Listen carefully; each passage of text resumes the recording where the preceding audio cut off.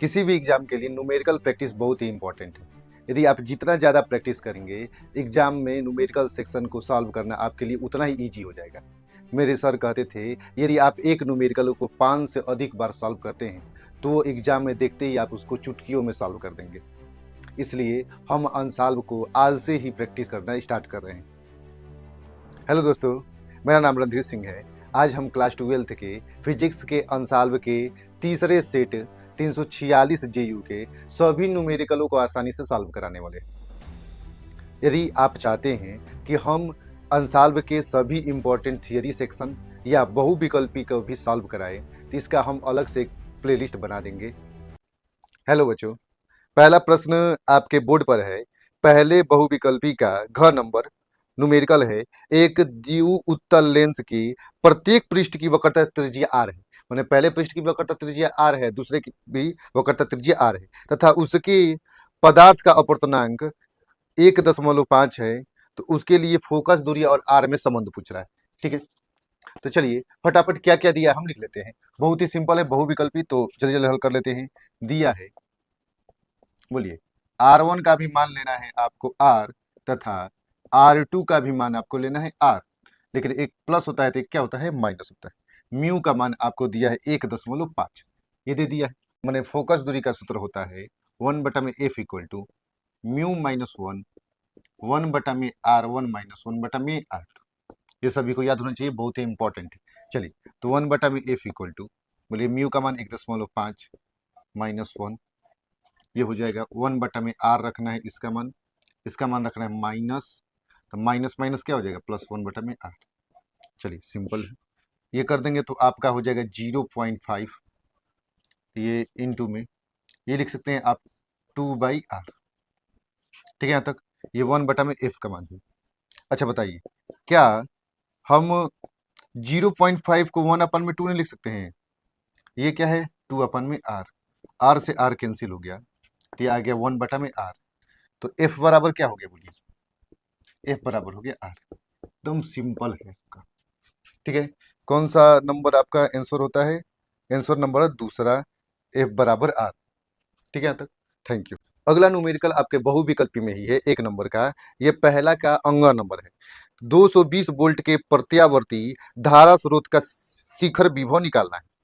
आपका क्या दिया है, दे दिया है, देखिए प्रश्न में दे दिया है VRMS का मान। VRMS याद रखिएगा, प्रत्यावर्ती स्रोत में जो विभव का मान होता है VRMS होता है। कितना मान दिया है, 220 वोल्ट। पूछ रहा है V नॉट का मान पूछ रहा है। बहुत ही सिंपल, VRMS बराबर होता है V नॉट अंडर रूट में 2। तो बोलिएगा V नॉट बराबर क्या हो जाएगा, अंडर रूट में 2 VRMS। ठीक है तक। अब बताइए, एकदम 2 सेकंड का प्रश्न है। यदि यहाँ पर हम VRMS का मान 220 रखेंगे, अंडर रूट में 2 से गुणा करेंगे, तो क्या ये पहले वाला आंसर आएगा? नहीं आएगा, क्योंकि इससे अधिक आएगा। क्या कम आएगा? नहीं आएगा। अच्छा, यहाँ पे 2 रहता तब ना इसमें गुणा करेंगे तो 440 होता है, तो 2 से गुणा नहीं करना है, अंडर रूट में 2 से गुणा करना है। तो लगभग ये आपका आंसर आएगा। 2 सेकंड का प्रश्न है, यदि आपको ये रिलेशन याद है फटाक से आप आंसर मार देंगे। अगला प्रश्न फिर 1 नंबर का है आपके बोर्ड पर, दूसरा का ख नंबर न्यूमेरिकल 1 नंबर का है। देखिए, धनात्मक जेड अक्ष में रखे लंबे तार में 10 एम्पियर की विद्युत धारा प्रवाहित हो रही है। मैंने आई का मान दिया है। चुंबकीय क्षेत्र की तीव्रता का मान बिंदु 10 सेंटीमीटर 00 पर ज्ञात कीजिए। तो सबसे पहले क्या क्या दिया है लिख लेते हैं। तो बोलिए, हमारा दिया है, क्या क्या दिया है, आई का मान। आई का मान आपका 10 एम्पियर। आर का मान, आर का मान है 10 सेंटीमीटर। 10 सेंटीमीटर को मीटर में बदलेंगे तो 10 गुणे 10 के घात माइनस 2 मीटर, या इसको आप लिख सकते हैं 10 के घात माइनस 1 मीटर। कुछ नहीं है तो घात 1 है, जोड़ेंगे तो 1 और माइनस 2 मिलकर कितना हो जाएगा, -1। तो याद रखिएगा, ऐसे सिंपली हल कर लेंगे तो आसान हो जाएगा। ठीक है, यहाँ तक हमें निकालना है बी का मान। तो बोलिए, सीधे तार के कारण चुंबकीय क्षेत्र का फॉर्मूला क्या होता है? याद रखिएगा, म्यू नॉट आई बटा में 2πr। एक बात याद रखिएगा, आपके सीरीज में भी दिया रहेगा पीछे, म्यू नॉट अपन में 4π का मान होता है 10 के घात माइनस 7।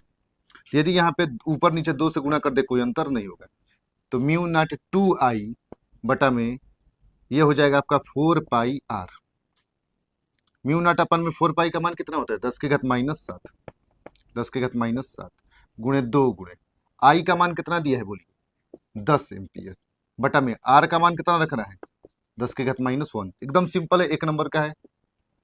चलिए तो ऊपर जाएगा तो ये प्लस हो जाएगा, तो कितना हो जाएगा पहले अंक को लिख लेते हैं, b बराबर 2 गुणे ये 10 के घात कुछ नहीं है तो एक, ये एक जाएगा तो 2 हो जाएगा, एक एक 2 और 2 -7 कितना हो जाएगा -5, 10 के घात -5। बोलिए मात्रक किसका क्या होता है टेस्ला। ये हुआ आपका एक नंबर का एकदम सिंपल प्रश्न। हेलो दोस्तों, अगला प्रश्न 2 नंबर का है, ये पीएन संधि डायोड का है। ये तीसरा का घ नंबर, चित्र में प्रदर्शित परिपथ में बैटरी से धारा ज्ञात कीजिए। बहुत ही सिंपल 2 नंबर का है। तो इसके लिए आपको एक कंसेप्ट याद रखना पड़ेगा कि अगर पीएन संधि, पी में आप जानते हैं पीएन संधि को इस चिन्ह से प्रदर्शित करते हैं, ये मोटा त्रिभुज वाला जो हिस्सा होता है पी कहलाता है, आगे वाला एन कहलाता है। यदि पी सिरा सेल के धन से जुड़ा हो, पी प्लस से एन माइनस से जुड़ा हो, तो यह आपका पीएन संधि अगर अभिनत कहलाती है।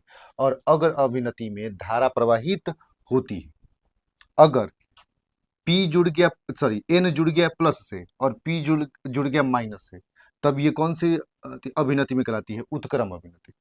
पहला है फॉरवर्ड बायस, यह है रिवर्स बायस। रिवर्स बायस में आपका धारा प्रवाहित नहीं होती। एकदम सिंपल कॉन्सेप्ट है। तो चलिए हम आ जाते हैं अपने प्रश्न पे। देखिए यहाँ पे 3 गो आपके पीएन संधि डायोड, मान 3 गो डायोड दिया, डायोड पहला, ये दूसरा और यहाँ पे तीसरा दिया। सबसे पहले देखिए अगर ये प्लस सिरा है तो देखिए पहला डायोड पी जुड़ा है प्लस से और एन आपका जुड़ा है माइनस से, तो मतलब ये धारा प्रवाहित करने देगा। दूसरा वाला एन जुड़ गया आपका प्लस से और पी जुड़ गया माइनस से, तो ये धारा प्रवाहित नहीं करने देगा, तो मतलब इसमें धारा प्रवाहित नहीं होगी।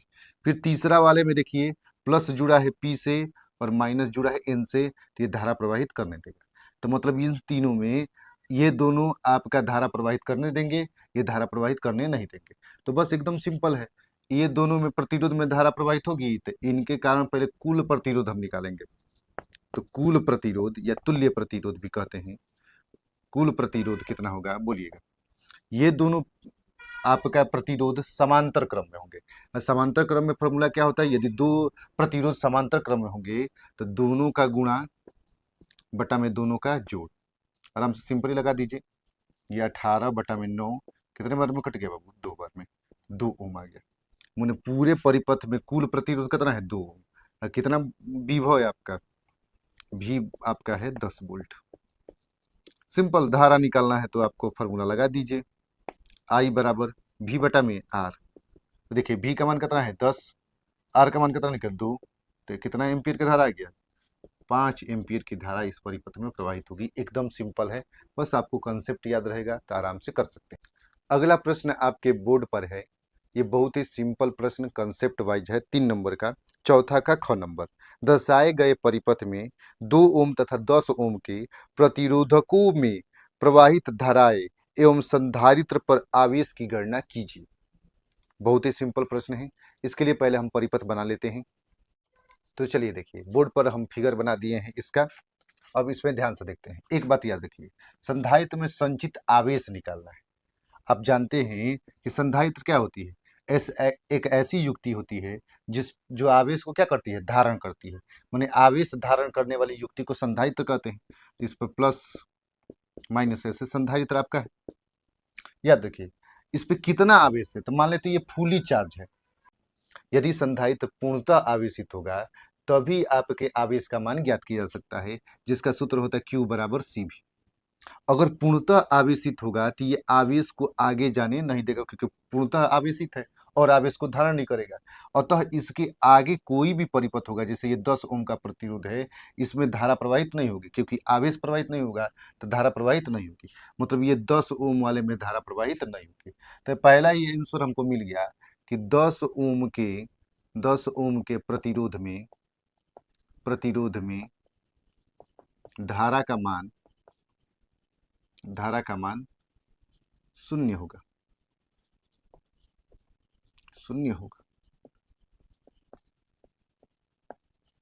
अब हमें निकालना है 2 ओम के प्रतिरोध में धारा का मान। इसमें नहीं जा रहा है आपका धारा, तो ये प्रतिरोध काम नहीं करेगा, तो बस ये और ये बच गए। ठीक है तक। तो इन दोनों के कारण हम निकाल देंगे आपका किसका, धारा का मान निकाल देंगे। तो सबसे पहले देखिए, ये इनका कारण निकालेंगे हम। तो 10 ओम के प्रतिरोध में धारा प्रवाहित नहीं हो रही है, तो मैंने धारा कैसे प्रवाहित होगी, ऐसे सीधे, इसमें तो जा नहीं रही है, ऐसे सीधे जाएगी, इसमें धारा ऐसे होके जाएगी, मतलब इन दोनों में 2 ओम और 8 ओम में समान धारा होगी। समान धारा होगी मतलब ये श्रेणी क्रम में है। तो पहले तुल्य प्रतिरोध निकाल लेते हैं। तुल्य प्रतिरोध, प्रतिरोध आर बराबर क्या होगा, दोनों श्रेणी क्रम में है तो 8 + 2 माने 10 ओम का प्रतिरोध होगा। पूरा 10 ओम का प्रतिरोध है। अब विभव आपका दिया है तो धारा निकल जाएगी। धारा का सूत्र क्या हो जाएगा, आई बराबर V बटा में आर। बोलिए V का मान कितना है 2 और धारा कितनी है 10, ये 1/5 मतलब 0.2 एम्पियर की धारा प्रवाहित होगी 2 में। तो पहला हमारा हो गया। अब हमें आवेश का मान निकालना है, तो चलिए आवेश का मान निकालते हैं हम। तो आवेश का मान निकालते हैं, तो आवेश के मान के लिए पहले इनके सिरों पर विभव निकालना पड़ेगा। विभव का मान कितना है, तो देखो ये जो संधारित्र है यहाँ से यहाँ तक जुड़ा है, तो इस पे इसके पास जो विभव होगा इसके पास भी उतना ही विभव होगा। मान लीजिए कि ए और बी बिंदु के बीच में जुड़ा है, तो ए बी बिंदु के बीच में जितना विभव होगा इसके पास जितना विभव होगा उतना ही बिंदु इसके पास भी होगा, क्योंकि समांतर क्रम में विभव समान होता है। तो इसके पास विभव कितना है 8 ओम के पास, 8 ओम के पास विभवांतर, विभवांतर 8 ओम में विभवांतर कितना होगा, मान लेते हैं V डैश कितना होगा, I इंटू आर से निकाल देते हैं। तो आई कितनी प्रवाहित हो रही है 0.2 से, और ओम ये है आपका, तो कितना विभवांतर आ गया 1.6 वोल्ट का विभवांतर आ गया। इसका मतलब कि इनके सिरे पर भी कितना विभवांतर होगा 1.6 वोल्ट का विभवांतर होगा। तो विभवांतर पता चल गया, सी का मान पता चल गया, तो हमें सी का मान V का मान पता चल गया, तो Q का मान निकालना है। तो संधारित्र पर आवेश, संधारित्र पर आवेश, आवेश Q बराबर क्या होता है CV। चलिए सी का मान कहता है 10 माइक्रोफैरड, माइक्रो को बढ़ देंगे तो 10⁻⁻6। V का मान कितना निकाला है 1.6, या गुणा करेंगे तो कितना हो जाएगा आपका 1.6 गुणे 10 के घात कुछ नहीं है तो 1 है, जोड़ेंगे तो 10⁻⁻5 कूलम। या माइक्रो में लिखना चाहते हैं आप तो इस 10 का इसमें गुणा कर दीजिए, तो 16 गुणे 10 के घात -6 कूलम, जिसको हम लिख सकते हैं 16 माइक्रो कूलम, 16 माइक्रो कूलम, ऐसे भी आप लिख सकते हैं। ये आपका 3 नंबर का प्रश्न, बहुत ही अच्छा प्रश्न है। हेलो दोस्तों, अगला प्रश्न 3 नंबर के लिए आपके बोर्ड पर, ये चौथा का घ नंबर है। 1 मीटर लंबी धातु की छड़ उसके एक सिरे से जाने वाली अभिलंबवत अक्ष के परितः 400 रेडियन प्रति सेकंड की कोणीय आवृत्ति से घूर्णन कर रही है। छड़ का दूसरा सिरा एक धातु के वलय से संपर्कित है, माने एक ही अक्ष के परितः घूम रही है। ऐसे अक्ष के अनुदिश चुंबकीय क्षेत्र का मान दिया है। वलय तथा अक्ष के बीच प्रेरित विद्युत वाहक बल की गणना कीजिए, माने ई का मान निकालना।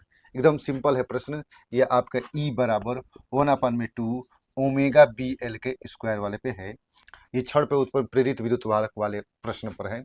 चलिए क्या क्या दिया है, दिया है प्रश्न में क्या क्या दिया लंबाई माने एल का मान दिया है 1 मीटर, ओमेगा का मान कोणीय आवृत्ति ओमेगा का मान 400 रेडियन प्रति सेकंड, और क्या दिया है बी का मान दे दिया है 0.5 टेस्ला। बहुत ही सिंपल है। आपका प्रेरित विद्युत वाहक बल बने ई का मान पूछ रहा है। बोलिए ई बराबर क्या होता है 1/2 ओमेगा बी एल का स्क्वायर। 3 नंबर का सवाल है, बहुत ही सिंपल है। ओमेगा का मान कितना है 400 गुणे बी का मान 0.5 को हम 1/2 भी लिख सकते हैं, आसान के लिए हल हो जाएगा। एल का स्क्वायर माने 1 का स्क्वायर करेंगे 1 रहे। चलिए कटा देते हैं, 2 2 4 से ये कट गया 100 बन, मतलब आपका 100 वोल्ट आ गया आंसर विद्युत वाहक बल। 3 नंबर का प्रश्न इतना आसान, ठीक है, बहुत ही सिंपल होता है, आपको बस करने आना चाहिए। ये 5वां का घ नंबर प्रश्न है। ऐसा प्रश्न चित्र बनाने वाला प्रश्न एक पहले सेट में भी आया था, दूसरे सेट में भी एक दिख गया। ये प्रत्यावर्ती वाले चैप्टर से है। प्रत्यावर्ती याद रखिएगा, प्रत्यावर्ती वाला चैप्टर आपके लिए बहुत ही इंपॉर्टेंट है। प्रत्यावर्ती धारा का शिखर मान दे दिया है, मतलब आई नॉट का मान दिया है, तथा आवृत्ति भी दे दिया है, एफ का मान दिया है। इसके 2 चक्रों को धारा समय ग्राफ में दर्शाने को कह रहा है। धारा का वर्ग माध्य मूल मान भी पूछ रहा है, मैंने IRMS का मान भी पूछ रहा है, और इसके शून्य से शिखर मान प्राप्त करने में कितना समय लगेगा ये भी पूछ रहा है। तो ये पहले चित्र बनाते हैं। चित्र बनाने के लिए हम जानते हैं हमको क्या क्या चाहिए। चित्र बनाने के लिए हमें चाहिए समय। आपके मुख्य आप जानते हैं एक पूरा चक्कर होने में T समय लगता है, आधा चक्कर T/2, उसके भी आधा आपका हो जाएगा ये T/4, और ये आपका हो जाएगा 3T/2। और ये जो होता है आपका शिखर मान होता है, I0 का मान यहाँ पे दर्शाना होता है। और ये जो मान आपका नीचे होता है ये भी I0 होता है, लेकिन -I0 का मान आपको दर्शाना। चलिए, तो सबसे पहले क्या क्या दिया है हमको लिख लेते हैं। दिया है I0 का मान दे दिया हमको सिंपली 14.14 एम्पियर, और आवृत्ति F का मान दे दिया है 50 हर्ट्ज। चलिए, F का मान दे दिया है, फ्रीक्वेंसी का मान दे दिया, तो हमें समय निकालना पड़ेगा। अच्छा, थोड़ा सा यहाँ पे गड़बड़ हो गया, F4, ठीक है। चलो, तो T बराबर हो जाएगा 1/F, ये 1/15, जिसका मान होगा 0.02 आपका सेकेंड। ये आपका निकल गया, पूरा समय इतना लगेगा। तो ये आपका समय हो गया 0.02 सेकेंड। तो बोलिए ये वाला समय कितना हो जाएगा, आधा कितना समय हो जाएगा, सॉरी माफ करो फिर गलती हो गई, 0.2 ठीक है। तो चलिए ये समय बोलिए आधा समय कितना हो जाएगा 0.01, 3/3 आपका समय कितना हो जाएगा 0.015 हो जाएगा। उसके बाद ये वाला समय आपका कितना हो जाएगा 0.005 हो जाएगा। शिखर मान बताइए, शिखर मान कितना हो जाएगा।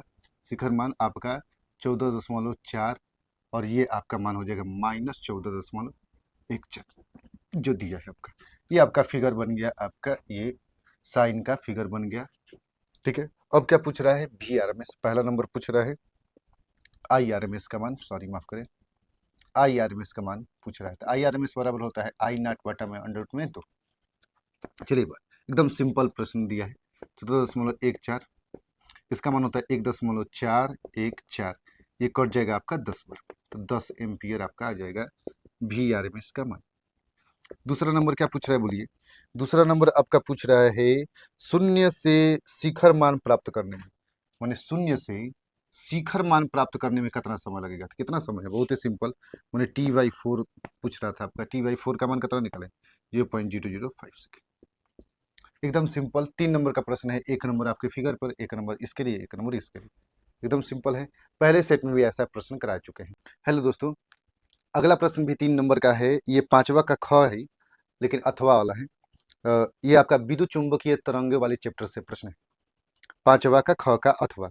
एक समतल विद्युत चुंबकीय तरंग के विद्युत क्षेत्र सदिश का आयाम E0 बराबर 150 न्यूटन प्रति कूलाम तथा आवृत्ति न्यू का मान दिया है 50 मेगा हर्ट्ज। ज्ञात कीजिए। आपका पहला नंबर कर रहा है चुंबकीय क्षेत्र का आयाम V0 का मान, दूसरा नंबर कोणीय आवृत्ति, और तीसरा तरंग दैर्घ्य।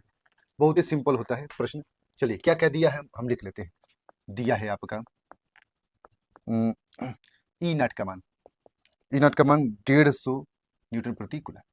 उसके बाद आपका क्या दिया है आवृत्ति का मान, न्यू का मान दिया है, न्यू को हम F भी लिख सकते हैं। आवृत्ति का मान 50 मेगा हर्ट्ज, मेगा में कितना होता है आप जानते हैं 10⁶ हर्ट्ज, या 5 × 10�7 हर्ट्ज, ऐसे लिख सकते हैं। आपका म्यू का है या एफ का है, एक ही बात है, आवृत्ति है आपका।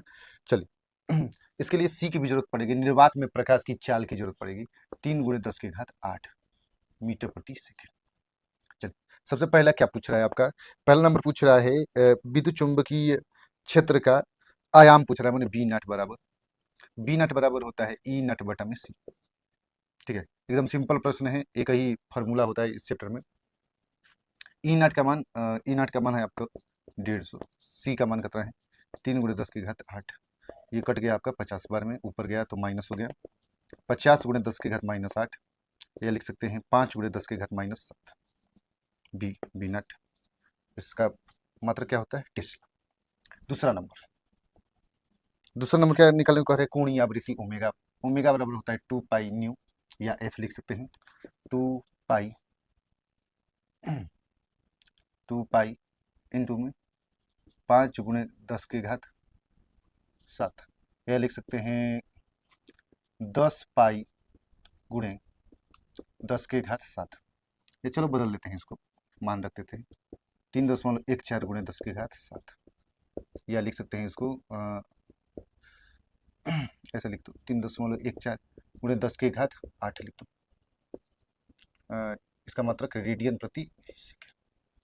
अगला तीसरा नंबर क्या पूछ रहा है? तीसरा नंबर पूछ रहा है तरंग दैर्ध्य। तरंग दैर्ध्य लेमडा बराबर होता है सी बटा में न्यू। सी का मान 3 गुणे 10 की घात 8, न्यू का मान कितना निकाले हम लोग 5 गुणे 10 की घात 7।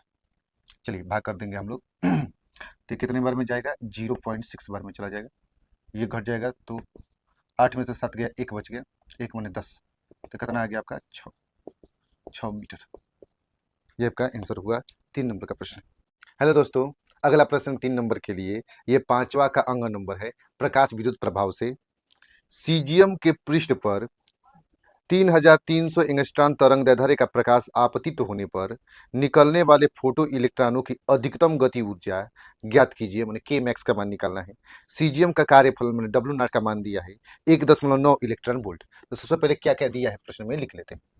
तो दिया है आपका, क्या प्रश्न में दिया है, तरंग दैर्ध्य लेमडा का मान इतना दे दिया। चलो एंगस्ट्रॉन को मीटर में बदलेंगे तो सभी लोग जानते हैं एक एंगस्ट्रॉन में 10 की घात माइनस 10 मीटर और तो बदलेंगे तो इसको 10 के घात 2 को यहाँ पे दे देंगे 10 के घात माइनस 8 मीटर। ये एंगस्ट्रॉन बदल गया। और कार्यफलन मैंने डब्ल्यू नॉट का मान दिया है 1.9 इलेक्ट्रॉन वोल्ट। चलिए यहाँ तक हमको सिंपल हो गया। हम जानते हैं प्लांक्स नियतांक का मान यानी एच का मान, ये आपके पेपर में भी दिया रहेगा। इसका मान 6.6 गुणे 10 के घात माइनस 34 जूल सेकेंड। सी का मान भी लिख सकते हैं, निर्वात में प्रकाश की चाल 3 गुणे 10 के घात 8 मीटर प्रति सेकेंड। सबसे पहले इस तरंग दैर्ध्य की, इस प्रकाश के तरंग दैर्ध्य की हम ऊर्जा निकाल लेते हैं। ई बराबर एच सी बटा में लेमडा होता है। ठीक है, तक एच न्यू होता है, न्यू बराबर होता है सी बटा में लेमडा। तो चलिए एच का मान 6.6 इंटू 10 पावर माइनस 34। सी का मान कितना है 3 गुणे 10 की घात 8 बटा में लेमडा का मान आपका 10 की घात माइनस 8। 3 से कटाइए 11 बार में, 11 से ये कट जाएगा आपका 0.6 बार में। ठीक है, तो कितना मान आ जाएगा ई का निकाल लेते हैं हम। तो 0.6 10 के घात देखिए ये माइनस 8 है, ऊपर जाएगा तो plus 8, 8 8 16 16 plus 34 sorry minus 34 plus 16 आपका हो जाएगा 10 के घात माइनस 18। एक स्थान दशमलव बढ़ा देंगे तो 6.0 लिख सकते हैं, या 6 लिख दीजिए पूरे 10 के घात माइनस 19। ये आपका जूल में निकल गया। परंतु कार्यफलन का मान किस में दिया, इलेक्ट्रॉन वोल्ट में। या तो इलेक्ट्रॉन वोल्ट को जूल में बदलिए या जूल को इलेक्ट्रॉन वोल्ट में बदल दीजिए। तो चलिए हम इसको छेड़छाड़ नहीं करते, इसी को बदल देते हैं। तो हम जानते हैं, देखिए एक इलेक्ट्रॉन वोल्ट में 1.6 गुणे 10 के घात माइनस 19 जूल होता है। तो एक जूल को बदलना है तो इसे भाग कर देंगे हम, तो कितना हो जाएगा ई बराबर 6 गुणे 10 के घात माइनस 19 बटा में 1.6 गुणे 10 के घात माइनस 19। 10 के घात माइनस 19 से 10 के घात माइनस 19 कट गया, ये 6 बटा में 1.6 भाग करेंगे तो आपका आएगा 3.75 इलेक्ट्रॉन वोल्ट। इलेक्ट्रॉन वोल्ट में जूल को हम इलेक्ट्रॉन वोल्ट में बदल दिए। चलिए ई का मान निकल गया। सबको यहाँ तक क्लियर है। अब हम आइंस्टीन के प्रकाश विद्युत समीकरण से के मैक्स का मान मैंने गति ऊर्जा का फॉर्मूला लिख लेते हैं।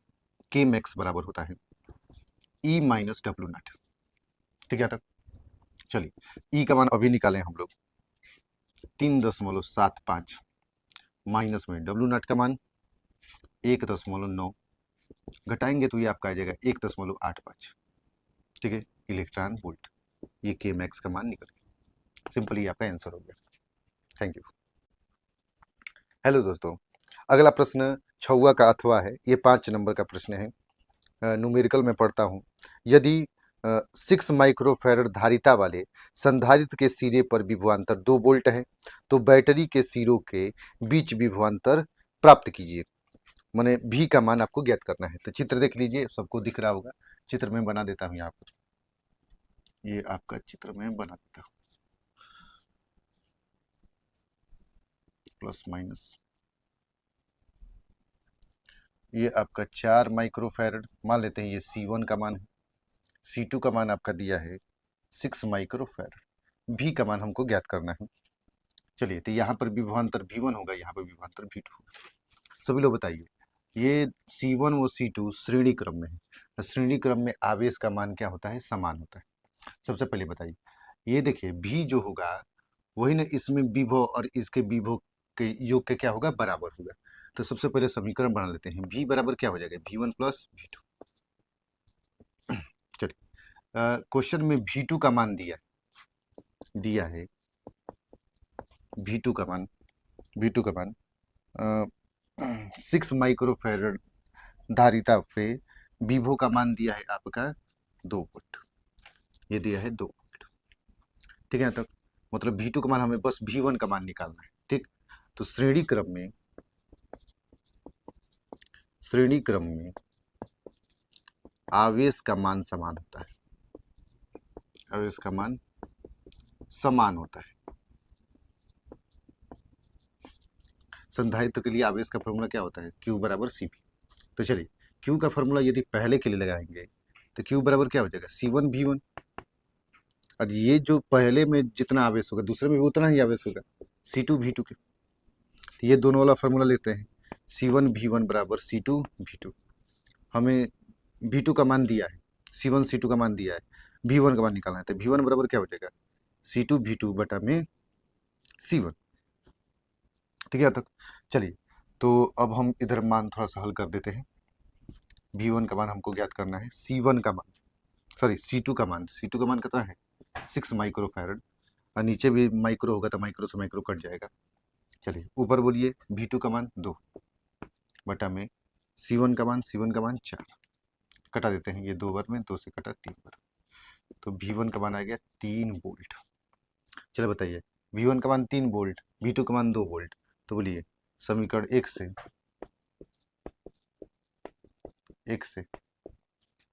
बोलिए V बराबर क्या हो जाएगा? 2 प्लस 3। इसका मान 2 वोल्ट, इसका मान 3 वोल्ट, मिलके कितना आ गया? बैटरी के सिरों पर कितना वोल्ट का विभवांतर है? आपका 5 वोल्ट का विभवांतर है। सिंपल है, सबको समझ में आ रहा है? हेलो दोस्तों, अगला प्रश्न 5 नंबर के लिए है, 7वां का 8वां नंबर। ये आपका दूरदर्शी और सूक्ष्मदर्शी के चैप्टर से है। एक दूरदर्शी के अभिदृश्यक लेंस एवं नेत्रिका लेंसों की फोकस दूरियां क्रमशः 40 सेंटीमीटर एवं 4 सेंटीमीटर है। अभिदृश्यक लेंस के आगे 2 से सेंटीमीटर दूर रखी वस्तु होने पर सामान्य दृष्टि के लिए दोनों लेंसों के बीच की दूरी माने एल का मान निकालना है। समान दृष्टि के लिए एल का फार्मूला आप याद रखिएगा, थोड़ा सा इधर लिख लेते हैं। एल का फार्मूला होता है VO प्लस UE। और समान दृष्टि के लिए क्या निकाला है? आवर्धन क्षमता M बराबर होता है -VO बटा में UO 1 प्लस D बटा में FE होता है। इन सब की हमको जरूरत है, ये ज्ञात करना है, यही दोनों आपको ज्ञात करना है। तो चलिए, क्या क्या दिया है? इस प्रश्न को मैं कम से कम 2 बार करा चुका हूँ। एक बार कैमरा ऑन नहीं था, एक बार माइक ऑन नहीं था। आइए, क्या क्या दिया है देख लेते हैं। दिया है अभिदृश्यक लेंस की फोकस दूरी माने FO का मान कितना दिया है? 40 सेंटीमीटर। और नेत्रिका लेंस की फोकस दूरी माने FE का मान दिया है 4 सेंटीमीटर। और वस्तु UO का मान कितना दिया है? 200 सेंटीमीटर।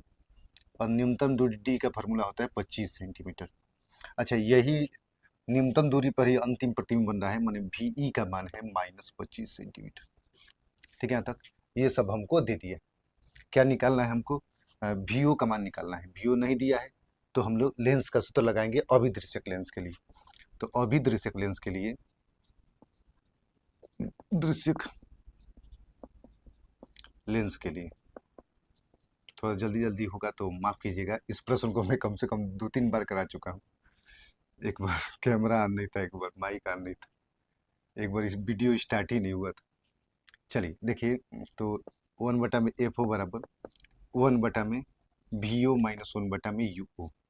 हमें VO का मान निकालना है, तो UO को उधर लाएंगे तो प्लस हो जाएगा 1 बटा में VO बराबर 1/FO प्लस 1/UO। 1/FO का मान 40, इसका मान देखो ये प्लस है, इसका मान माइनस है, तो प्लस माइनस माइनस 1/200। एलसीएम लेंगे तो 200, इसको 200 बनाने के लिए 5 से गुणा करना पड़ेगा, 5 और ये 200 एलसीएम का था 1, तो 4/200। 1/VO का मान, तो VO का मान कितना हो गया आपका बताइए, 200/4 माने 50 सेंटीमीटर। पहला मान जो हमको निकालना था निकल गया। अब दूसरे लेंस के लिए हमें यूई का मान निकालना है, तो अभिदृश्यक लेंस नेत्रिका लेंस के लिए फॉर्मूला लगा देते हैं।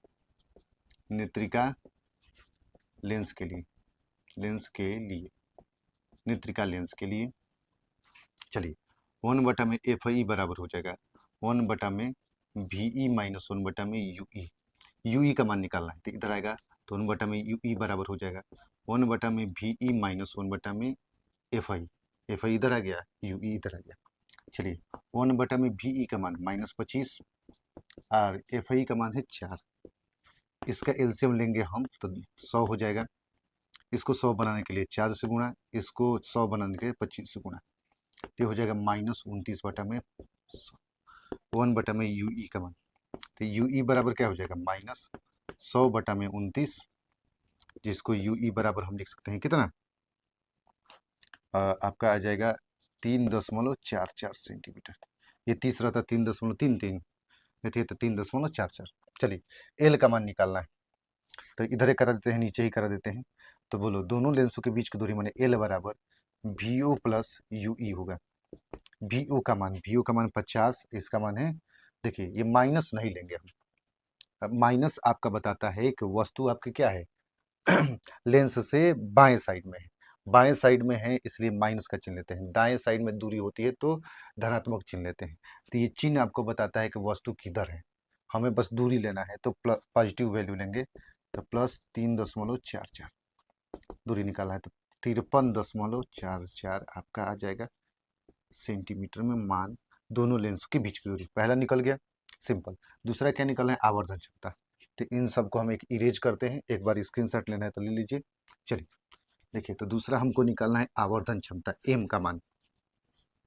देखिए एम बराबर आवर्धन क्षमता एम बराबर -VO/UU 1 + D/FE, तो माइनस भी आपका मान VO का मान कितना है जी 50, UO का मान 200 -200, 1 + D का मान 25/, ये आपका FI का मान 4। ये आपसे कट गया, 0 से 0 कट गया, 5 से कट गया, 4 बार में 1/4 गुणे में ये एलसीएम होगा तो 29/4। ठीक है, तो ये 4 के 4 में गुणा करेंगे तो 16। ये एम बराबर, मैं इसको कितनी बार भाग कर चुका हूँ, 3 बार। इसका मान आ जाएगा आपका 1.8 सेंटीमीटर आ जाएगा। ये हुआ आपका एम का मान। बहुत ही सिंपल है, बस आपको फार्मूला ये दोनों याद होना चाहिए। ठीक है, अगला प्रश्न आपका 8वां का अथवा है, ये नाभिकीय विखंडन से है। यूरेनियम 235 की एक नाभिक के विखंडन में, माने एक नाभिक विखंडन हो रहा है तो 200 मेगावाट का एनर्जी प्राप्त होता है। तो कह रहा है कि एक रिएक्टर से 4 मेगावाट शक्ति प्राप्त हो रही है, तो रिएक्टर के प्रति सेकंड कितने नाभिक विखंडन हो रहे हैं। कह रहा है कि एक नाभिक विखंडन हो रहा है, एक नाभिक विखंडन में, एक नाभिक के विखंडन में, नाभिक के विखंडन में प्राप्त ऊर्जा आपका है, एक नाभिक के विखंडन में प्राप्त ऊर्जा आपका है 200 मेगा इलेक्ट्रॉन वोल्ट। तो मेगा इलेक्ट्रॉन वोल्ट, तो मेगा में होता है 10⁶, इलेक्ट्रॉन वोल्ट को जूल में बदलेंगे तो 1.6 × 10⁻19, ये आपका जूल हो गया। चलिए, तो कुछ नहीं है, तो ये 200 में 10⁻2 है, 10 तो इसको लिख सकते हैं 10⁻2 × 10⁶ × 1.6 × 10⁻19। 10 के घात वाले को जोड़ देते हैं, ये कितना हो जाएगा, 2 और 6 8, 8 इसमें घटेगा तो 11, इसका गुणा करेंगे तो कितना हो जाएगा 3.2 × 10⁻11, किस में आ गया, जूल में आ गया। ठीक है, एक नाभिक के विखंडन में। नाभिक रिएक्टर से पूरा शक्ति कितना प्राप्त हो रहा है, तो कुल ऊर्जा या कुल शक्ति कितनी प्राप्त हो रही है? प्रति सेकंड जो शक्ति प्राप्त हो रही है, प्रति सेकंड जो ऊर्जा प्राप्त हो रही है, 4 मेगावाट प्राप्त हो रही है। मेगावाट प्राप्त हो रही है। तो 1 मेगा में 10 के घात 6 वाट। वाट मतलब जूल प्रति सेकंड। जूल प्रति सेकंड मतलब नाभिक रिएक्टर से 1 सेकंड में इतनी जूल प्राप्त हो रही है। जबकि एक विखंडन होगा तो कितना ऊर्जा निकलेगी? इतनी ऊर्जा निकल रही है। तो पूछ रहा है कितनी संख्या आपके नाभिक विखंडन हुए। तब मान लेते हैं एन नाभिक विखंडन हुए, तो एन एक हुआ है तो इतना, तो एन नाभिक विखंडन हो गए, तो एन गुणे इतना लिखेंगे। एन गुणे इतना गुणे 10 के घात 11। देखिए जैसे एक पेन का दाम 5 रुपया है, तो 10 पेन का दाम कितना होगा? 10 गुणे 5। उसी तरह एक नाभिक विखंडन हुआ है तो इतनी ऊर्जा निकल रही है। तो एन नाभिक मान लेते हैं कि एन नाभिक विखंडन हो रही है तो इतनी शक्ति प्राप्त हो रही है, उन्हें इतना ऊर्जा प्रति सेकंड प्राप्त हो रही है। तो देखिए एन नाभिक विखंडन हुआ तो इतनी ऊर्जा प्रति सेकंड प्राप्त हो रही है, 4 गुणे 10 के घात 6। ठीक है, तो एन का मान तब कितना हो जाएगा? 4 गुणे 10 के घात 6 बटा में 3.2 गुणे 10 के घात -11। चलिए -11 ऊपर जाएगा तो +11, तो ये आपका हो जाएगा 4 बटा में 3.2। ये आपका हो जाएगा 10 के घात कितना? 17 +17। अच्छा ये कट जाएगा आपका 0.8 बार में। अच्छा तो 1 बटा में हो जाएगा ये 0.8 गुणे 10 के घात 17। अच्छा 0.8 को हम लिख सकते हैं, हम बताइए क्या करेंगे? ऊपर नीचे 10 से गुणा कर देंगे। तो ऊपर नीचे 10 से यदि हम गुणा करेंगे तो दशमलव हट जाएगा। 10 बटा में 8 गुणे 10 के घात 17। अच्छा ये 2 से कटा देते हैं 4 बार में, 2 से कटा देते हैं 5 बार में, तो ये आपका हो गया 5 बटा में 4 गुणे 10 के घात 17। 5 बटा में 4 से, ये 5 में 4 से भाग करेंगे यदि, तो एक बार में एक दशमलव लगाएंगे तो 0, तो ये आपका कितना बार में? 2 बार में 8, 2 आ जाएगा, दशमलव का 0, ये 5 बार में, तो ये आपका हल करेंगे तो 1.25 गुणे 10 के घात 17। क्लियर है तक? मतलब इतने नाभिक विखंडन होंगे, 1.25 गुणे 10 के घात 17 नाभिक विखंडन होंगे, तो प्रति सेकंड कितनी जूल ऊर्जा उत्पन्न हो जाएगी? 4 गुणे 10 के घात 6। मतलब इतनी शक्ति प्राप्त हो जाएगी उस रिएक्टर द्वारा। ठीक है, बहुत ही सिंपल प्रश्न है। माफ कीजिए, तबीयत खराब होने के कारण वीडियो बनने में थोड़ा सा लेट हो जा रही है। अगला वीडियो चौथा सेट आपके सामने जल्द ही उपस्थित होगा।